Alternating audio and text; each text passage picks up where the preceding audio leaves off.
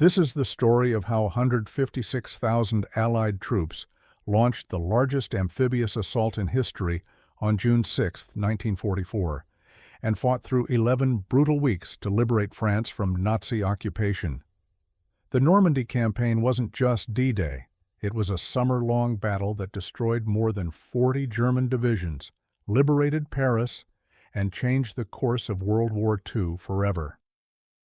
We're going to walk through the entire campaign today, from the elaborate deceptions that fooled Hitler to the 5 beaches where men died by the thousands, through the breakthrough battles that followed, and finally to the streets of Paris in August 1944. You'll hear from the soldiers who were there, examine the German perspective on why their defense failed, and understand why this operation remains the most studied military campaign in history. Before the first soldier stepped onto a Normandy beach, though, the Allies had to pull off the greatest magic trick in military history.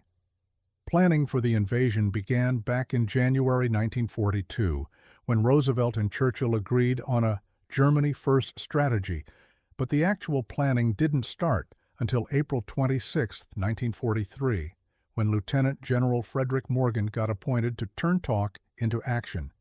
His deadline was 90 days to deliver a workable invasion plan, which sounds impossible because it basically was.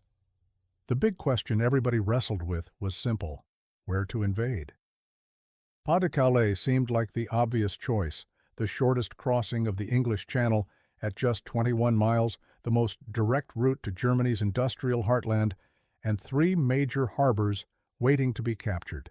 Hitler himself had planned to invade Britain from there, which tells you something about the strategic value.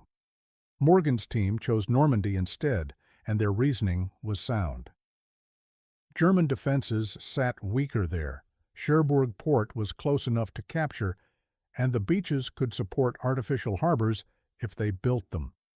When Eisenhower and Montgomery reviewed the plan on December 31, 1943, they immediately expanded it from a 3-division assault to a 5-division operation with 3 airborne divisions backing them up, and that expansion required a 1-month delay just to secure the additional landing craft they'd need. Here's the thing, though. If the Germans knew Normandy was the target, they'd concentrate their forces there, and the invasion would fail before it started. That's why the Allies launched Operation Fortitude, the most elaborate military deception in history, and what they pulled off still seems almost unbelievable today. Operation Fortitude split into 2 parts, and both were running simultaneously. Fortitude North created a fictional British Fourth Army in Scotland that supposedly was preparing to invade Norway, and that phantom threat kept 250,000 German troops stationed there throughout 1944, completely out of the fight when it mattered most. Fortitude South, though, that was the real masterpiece of deception. The Allies invented an entire army out of nothing, the 1st U.S. Army Group, Fusagi for short, supposedly consisting of 50 divisions, gathering in southeast England and getting ready to invade at Pas-de-Calais. They put George Patton in command because the Germans feared and respected him more than any other Allied general, which made the whole fiction more believable. What came next was building a massive stage set that would fool German reconnaissance planes flying overhead. Thousands of inflatable tanks got positioned in fields. Dummy aircraft sat on fake airstrips. Fake landing craft floated in estuaries where German spies could photograph them. They even built a 3-acre fake oil dock at Dover with scaffolding and storage tanks, all designed by architect Basil Spence, and from the air it looked completely real. The radio traffic was where the real genius came through, though, because the 31 3rd Signal Battalion transmitted thousands of fake messages between fictional units, creating an entire electromagnetic signature of an army that didn't exist. German intelligence intercepted these messages and believed every single word, which tells you how good the deception was. At the center of this whole elaborate lie stood a Spanish chicken farmer named Juan Pujol Garcia. The British called him Garbo after the actress because he was such a brilliant performer, and his story sounds like something out of a spy novel. After being rejected by British intelligence 3 times, Garbo recruited himself to German intelligence on his own initiative, then offered his services to MI5, and this time they said yes. Operating from a townhouse at 35 Crespigny Road in London with his handler Thomas Harris, Garbo created 27 fictional subagents and sent 315 letters to the Germans that averaged 2,000 words each. The Germans trusted him so completely that they paid him $340,000, which translates to over $6 million in today's money, and they never made another attempt to infiltrate Britain because they thought Garbo's network had it all covered. June 9th arrived, 3 days after D-Day, and Hitler sat in his headquarters debating whether to send his reserves from Belgium to Normandy. Garbo sent a long telegram at that exact moment insisting that Normandy was just a diversion. The real invasion was still coming at Pas-de-Calais exactly as planned. Hitler believed him without question, ordered panzer divisions that were already moving toward Normandy to turn around and go back, and historians now say this telegram was the key moment that saved the invasion from potential disaster. For that one telegram, Garbo received both the German Iron Cross on July 29, 1944, which required Hitler's personal authorization, and the British MBE on November 25, 1944, making him the only person ever decorated by both sides in World War II. What makes it even more remarkable is that the Germans believed the deception for 7 weeks after D-Day, when the Allies had only hoped they'd believe it for 2 weeks. The powerful 15th Army sat at Pas-de-Calais the entire summer, waiting for an invasion that was never coming. Before the invasion could launch, though, Eisenhower faced an agonizing decision about the weather, and this is where everything could have gone completely wrong. D-Day required very specific conditions that almost never align. A full moon for the paratroopers, low tide at dawn so the beach obstacles would be visible, clear skies for the bombers, and calm seas for the landing craft. These conditions aligned on only 6 days in the entire summer of 1944, June 5th through 7th, or June 18th through 20th, and that was it. Group Captain James Stagg's meteorology team tracked a massive storm approaching from the Atlantic as June arrived, and the forecast looked terrible. On June 4th, with 156,000 men already loaded onto ships and heading toward France, Eisenhower made the call to postpone 24 hours, which meant turning around an armada the size of which had never been assembled before.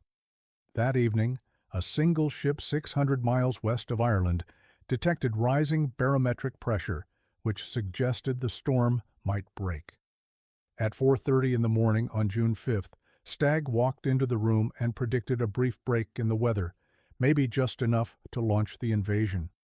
Eisenhower sat with his commanders in the pre-dawn darkness, knowing that millions of lives hung on this decision, and the silence in that room must have been unbearable.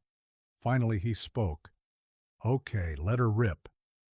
Turns out it was exactly the right call, because the German meteorologists lacked observations from the Atlantic after the Allies had destroyed their navy, which meant they predicted the bad weather would continue through mid-June.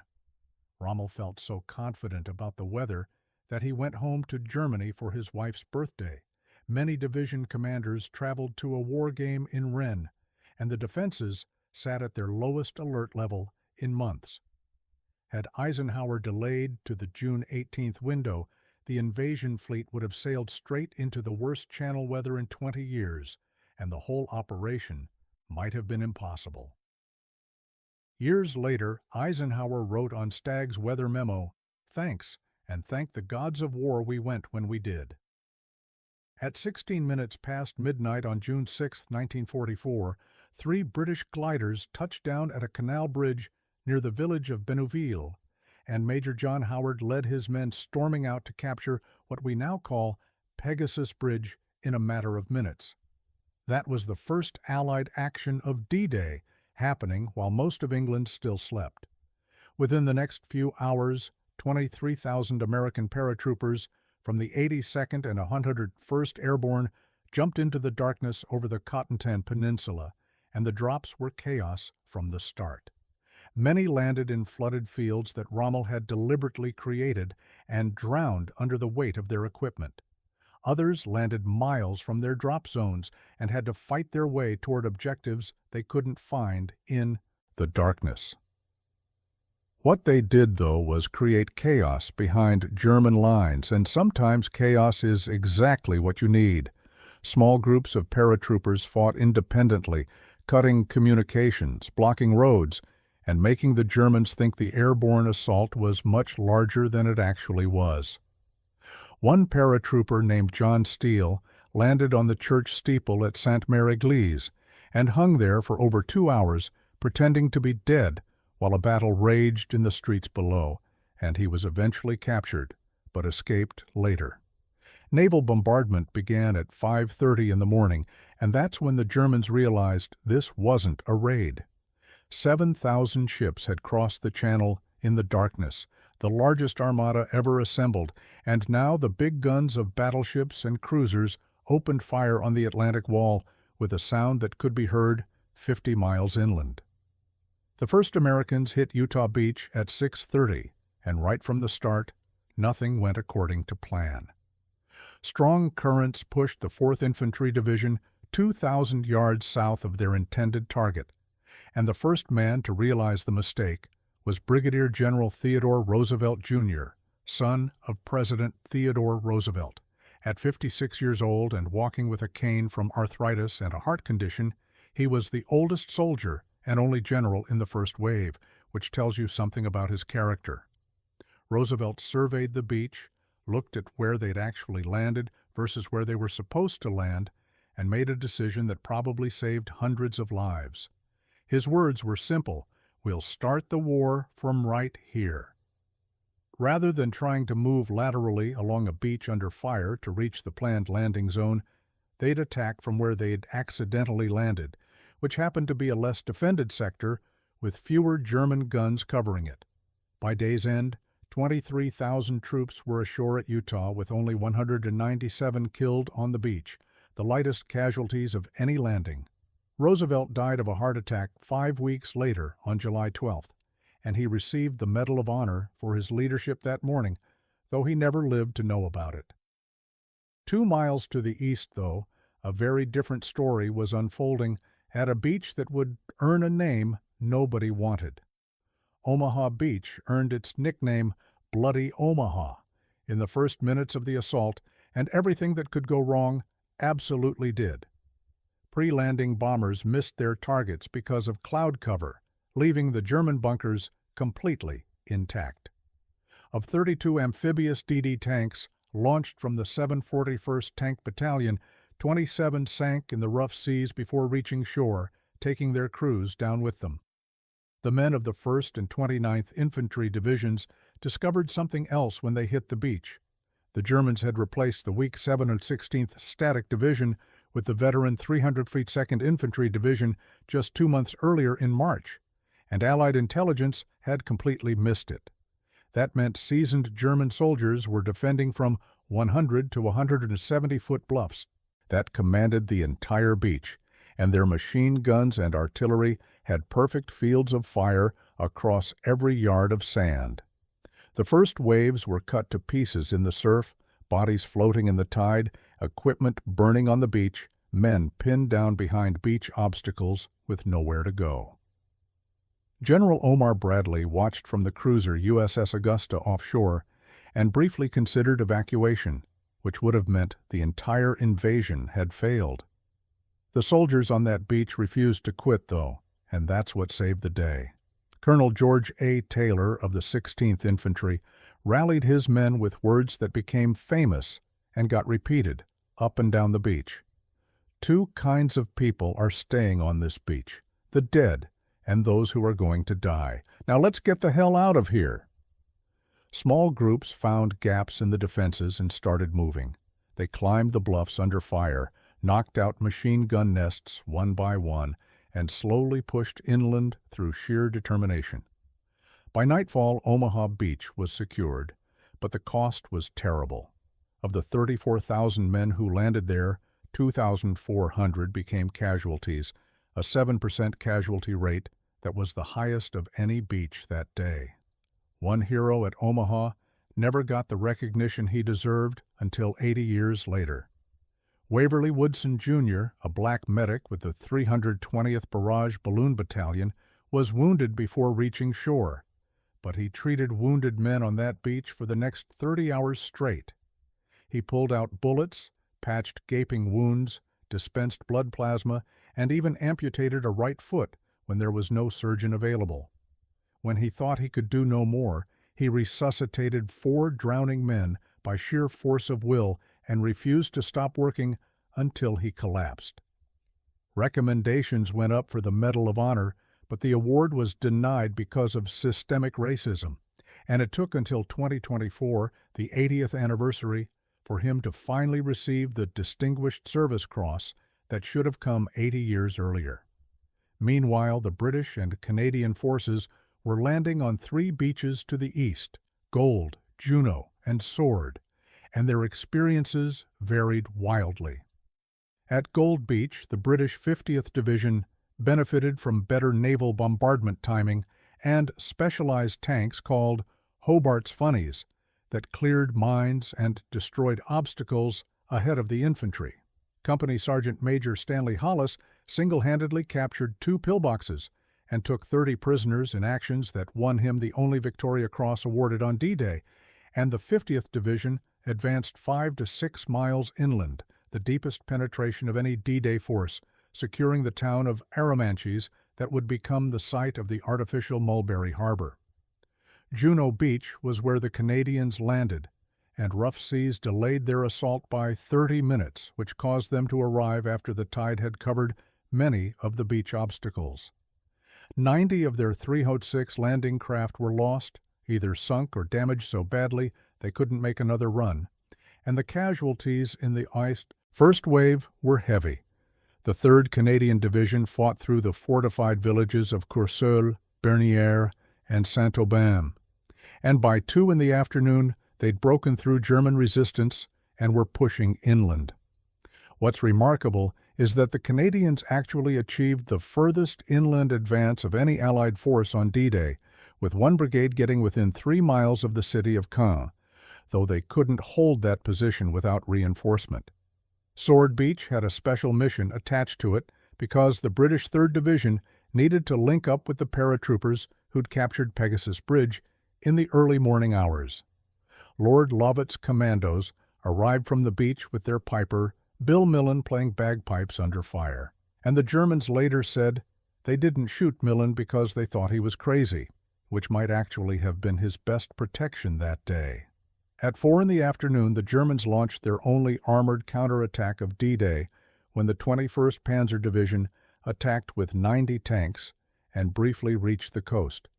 You could see them from the beaches, these dark shapes moving between the dunes, and for a moment it looked like they might push the British back into the sea.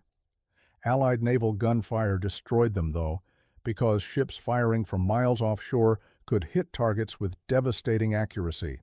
The Panzers retreated, having lost 70 of their 124 tanks, and that was the end of the German counterattack on D-Day. By midnight on June 6, 1944, all 5 beaches were secured. Approximately 156,000 Allied troops were ashore, and around 10,000 had become casualties, including 4,414 killed. The Germans had suffered between 4,000 and 9,000 casualties, though their records were incomplete, and the exact number has never been confirmed. The invasion had succeeded, but D-Day was just the beginning. The real battle for Normandy was about to begin.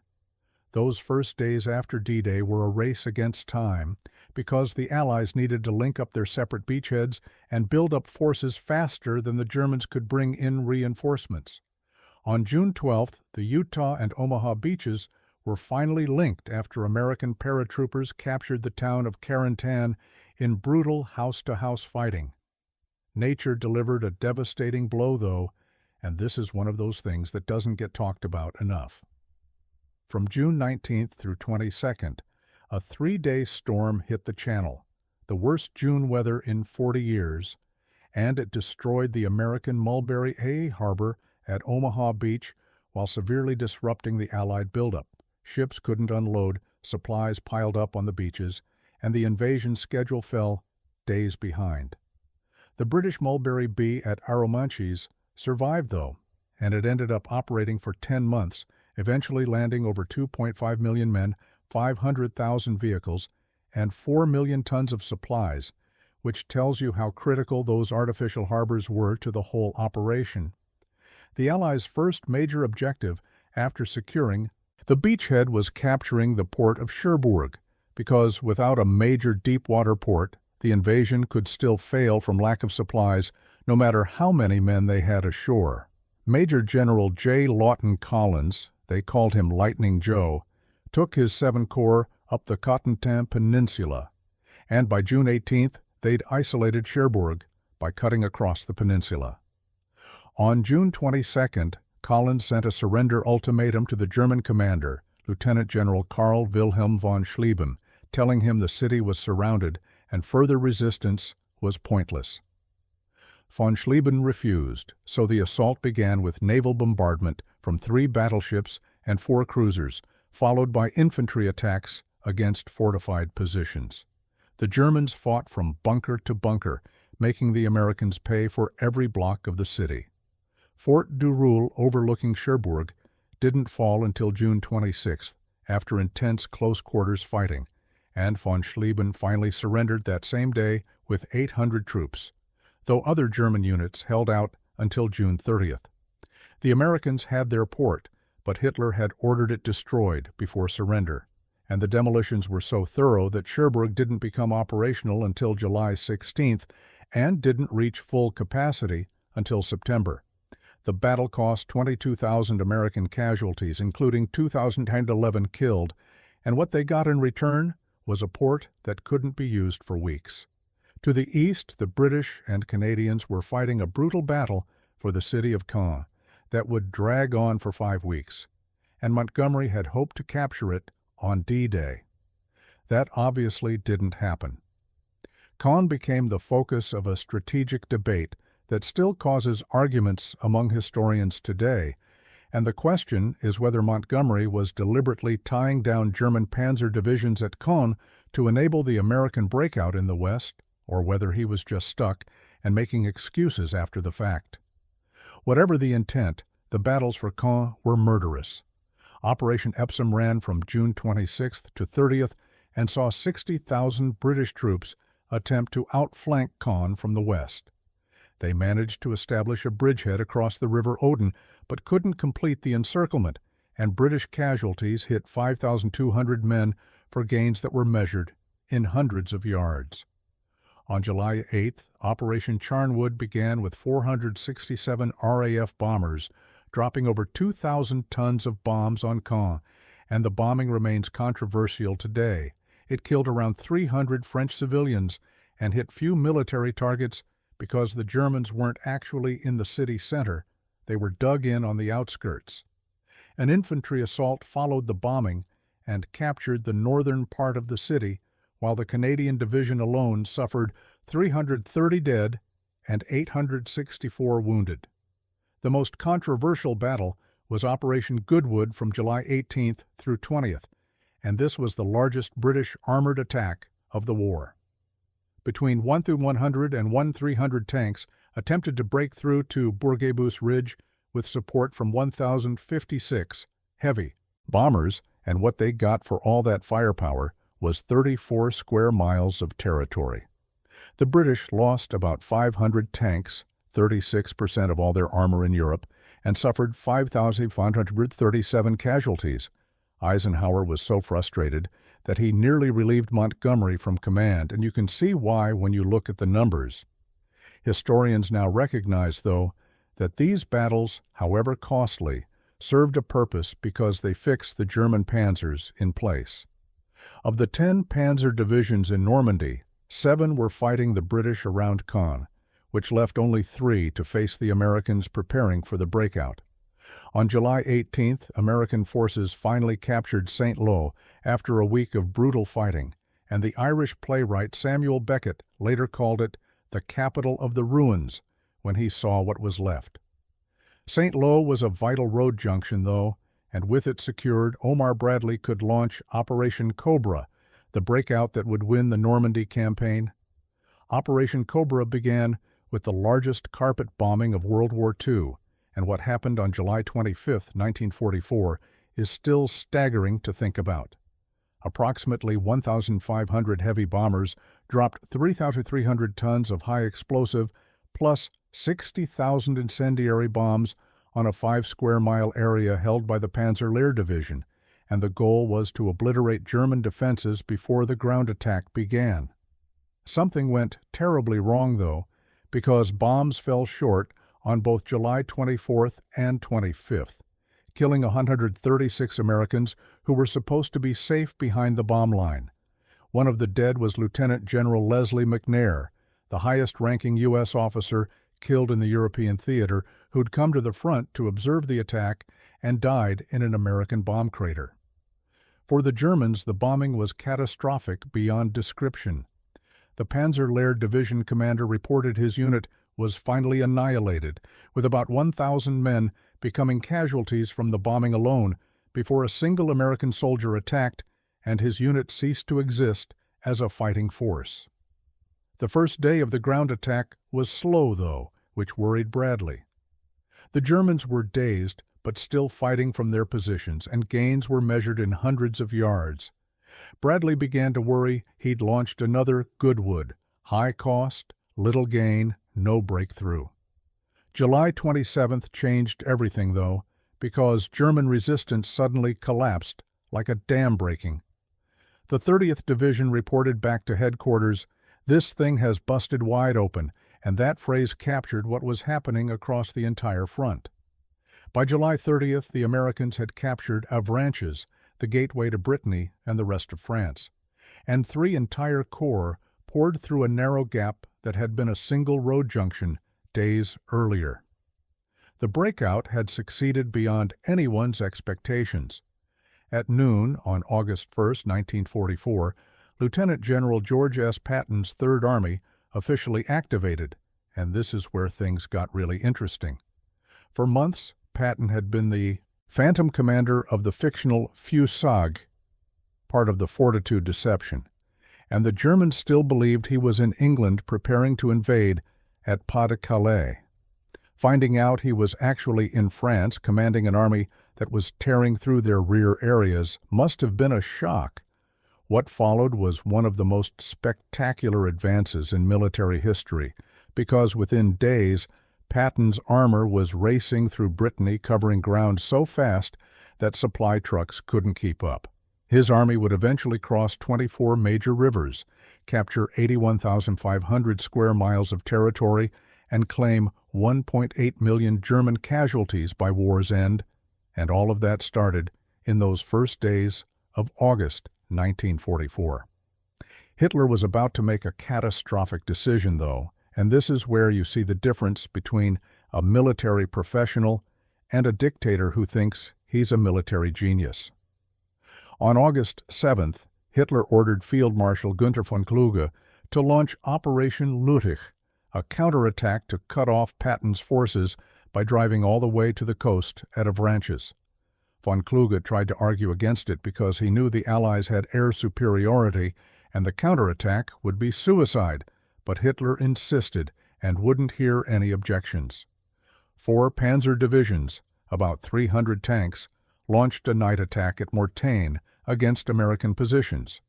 The attack fell on the U.S. 30th Infantry Division, Old Hickory, and on a hill called Hill 314, 700 men of the 2nd Battalion found themselves surrounded and cut off from supply. For 6 days they held that hill against repeated German attacks while losing more than 400 casualties to wounds, artillery, and starvation, and they finally received a Presidential Unit Citation in 2020, which was 76 years too late, but at least they got it. Ultra intercepts had warned Bradley the attack was coming, though, because the Allies were reading German-coded messages almost in real time, which meant American forces were ready and waiting. More significantly, by attacking westward toward Avranches, the Germans were driving deeper into what was about to become a trap. Patton's Third Army had swung east from Le Mans and was now racing north toward Argentan, while Canadian and British forces were driving south from Caen. If these two forces could meet, they'd encircle the entire German Army Group B in what became known as the Falaise Pocket. By August 13th, Patton's forces had reached Argentan, just 15 miles south of the Canadians driving down from Caen, and the gap between them was closing fast. The Germans were scrambling to escape eastward, but tens of thousands were still caught in the pocket with nowhere to go. Omar Bradley made one of the most controversial decisions of the war at that exact moment, ordering Patton to halt at Argentan and not advance farther north. His reasoning was that if the Americans and Canadians both drove forward, they might fire on each other in the confusion, and better to have, in Bradley's words, a solid shoulder at Argentan to a broken neck at Falaise. Patton was furious and wanted to keep going, believing they could close the gap completely and trap the entire German army with no escape. Bradley was his superior, though, so Patton halted and waited while the Germans streamed through the gap that remained open. The Canadians continued fighting south against determined German resistance, but progress was slow and measured in hours rather than miles. For several days the gap remained open while thousands of Germans escaped through it, abandoning their tanks and heavy equipment, but getting out alive. Finally, on August 19th, the 1st Polish Armored Division and the U.S. 90th Infantry Division linked up at the town of Chambois, and the pocket was sealed. What followed was described by the Allies as a killing ground, and the phrase doesn't exaggerate the slaughter. Between 10,000 and 15,000 Germans died in the pocket, another 40,000 to 50,000 were captured, and about 500 tanks, 2,447 vehicles, and 252 artillery pieces were destroyed or abandoned. Somewhere between 20,000 and 50,000 Germans escaped through the gap before it closed, though, and historians have debated ever since whether the pocket could have been closed earlier if Bradley had unleashed Patton on August 13th instead of halting him. Most escaped without their heavy equipment, but lived to fight another day, which meant they'd be waiting when Allied armies reached Germany itself. The Imperial War Museums called Falaise a catastrophe greater than Stalingrad for the Germans, and the comparison is accurate. More than 40 divisions were destroyed or rendered combat ineffective, which meant German Army Group B had ceased to exist as a fighting force. On August 17th, Field Marshal Günther von Kluge, who'd replaced Rundstedt as commander in the West back in July, was himself relieved of command.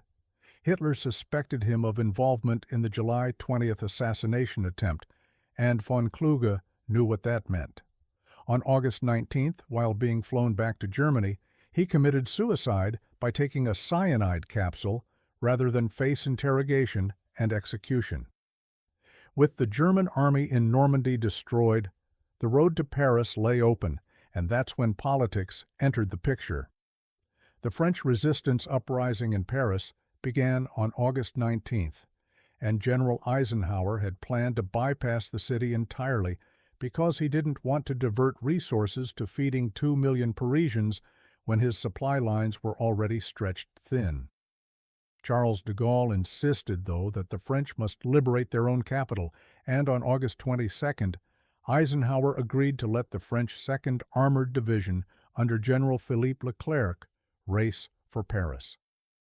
At 9:22 in the evening on August 24th, the 9th Company of Leclerc's division reached the Hôtel de Ville, becoming the first Allied unit to enter Paris.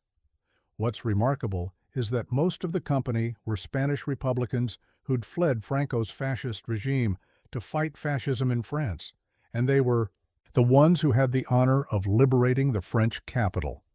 The next morning, August 25th, General Dietrich von Choltitz surrendered at the Hotel Meurice, and this is where a German general saved Paris. Hitler had ordered von Choltitz to destroy the city, blow the bridges, burn the monuments, reduce Paris to rubble before the Allies could take it. Von Choltitz disobeyed those orders completely and surrendered the city intact, which is why Paris still stands today, the way it looked in 1944.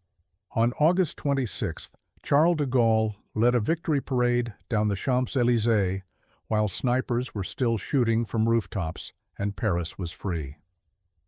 Operation Overlord officially ended on August 25th, and by August 30th, the remnants of the German army had retreated across the Seine.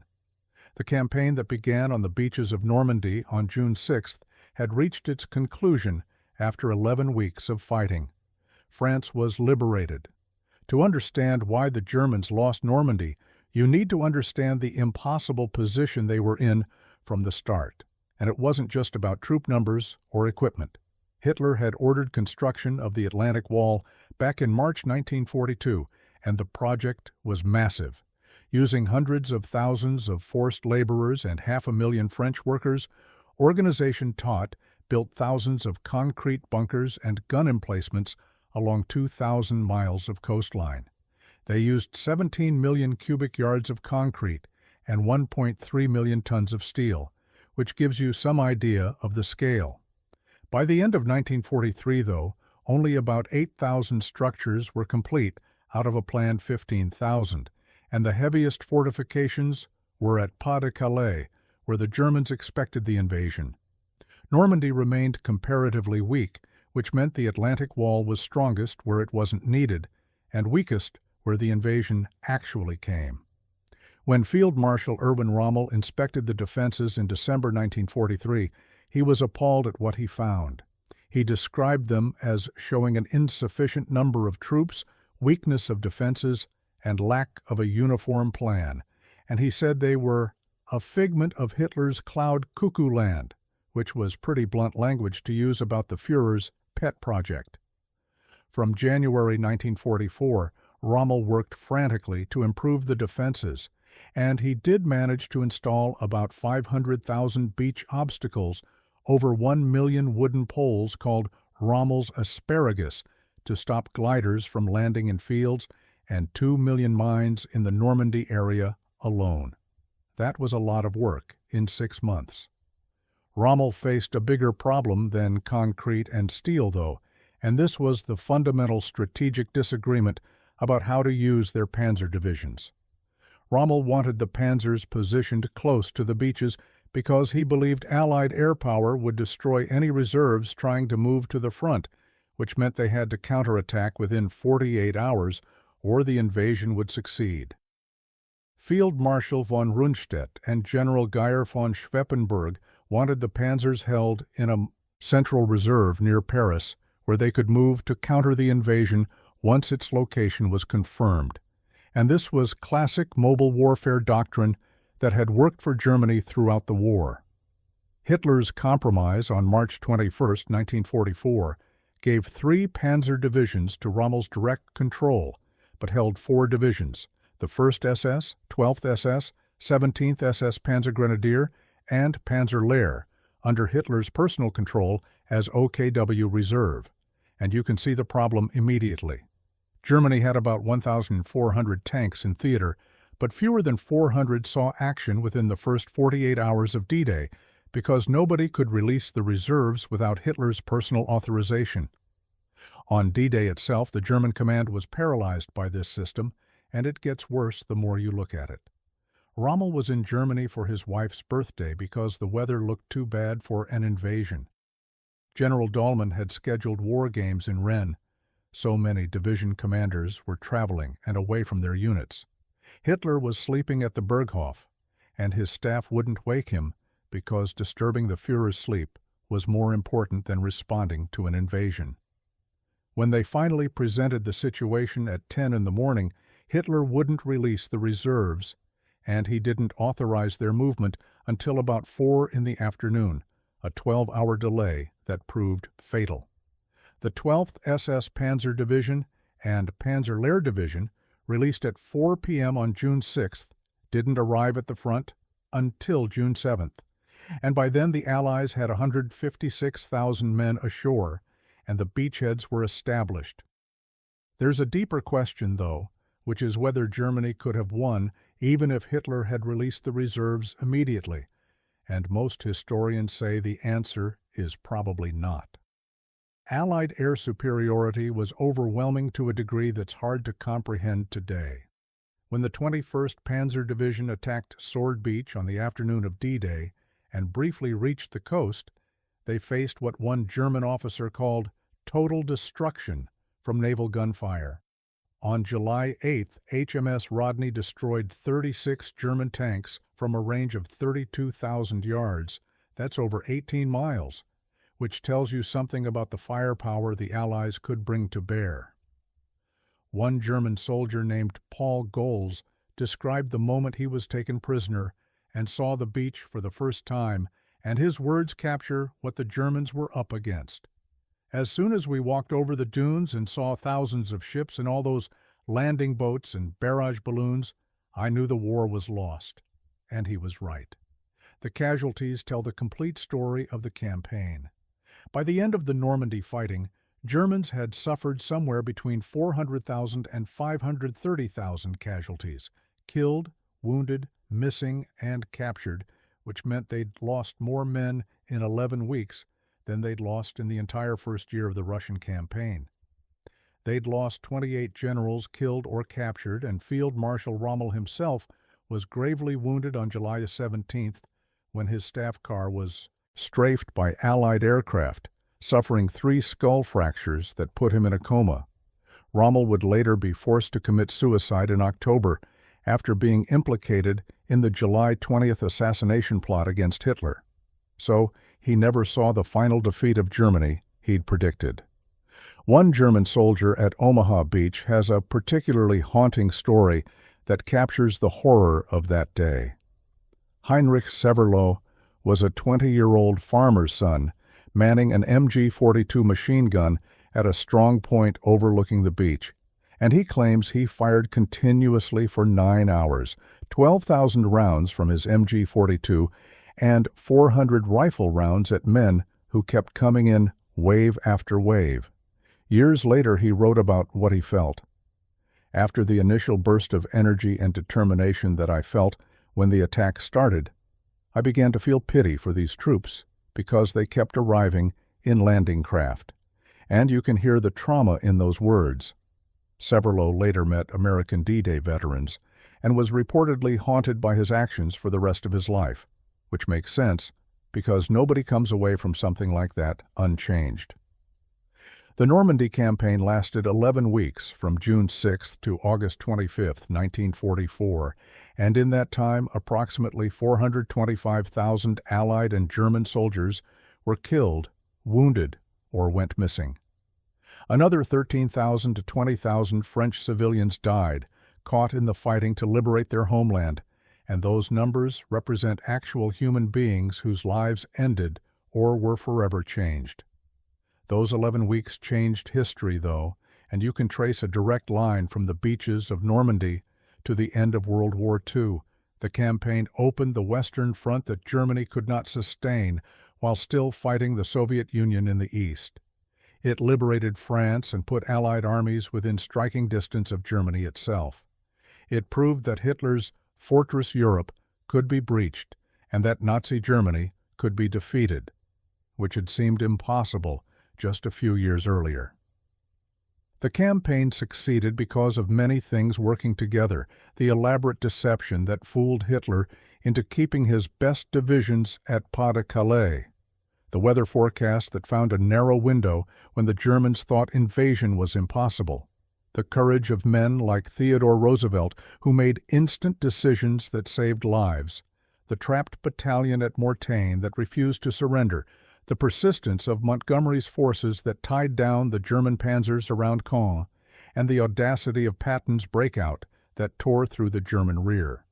Most of all, though, it succeeded because of the individual soldiers who climbed those bluffs at Omaha Beach when every instinct told them to stay down and hide. The paratroopers who fought in the darkness miles from their objectives with no idea where they were. The medics like Waverly Woodson, who treated the wounded under fire for 30 hours straight. The tank crews who drove into German guns, knowing what would happen. The sailors who manned the landing craft through murderous fire, dropped their ramps, watched men die, and went back for more. When Eisenhower gave his order of the day on June 5, 1944, he told those 175,000 men, "The eyes of the world are upon you. The hope and prayers of liberty-loving people everywhere march with you. We will accept nothing less than full victory."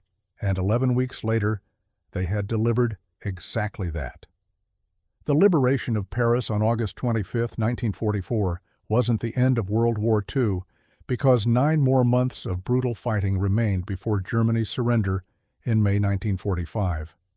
What it was, though, was the beginning of the end, and it started with 156,000 men crossing the English Channel on June 6, 1944, to storm 5 beaches in Normandy against defenses that were supposed to be impregnable. That's the story of the Normandy Campaign, from the beaches to Paris, from D-Day to liberation. It remains the most studied military operation in history, and for good reason, because it was the day and the summer that began to set Europe free.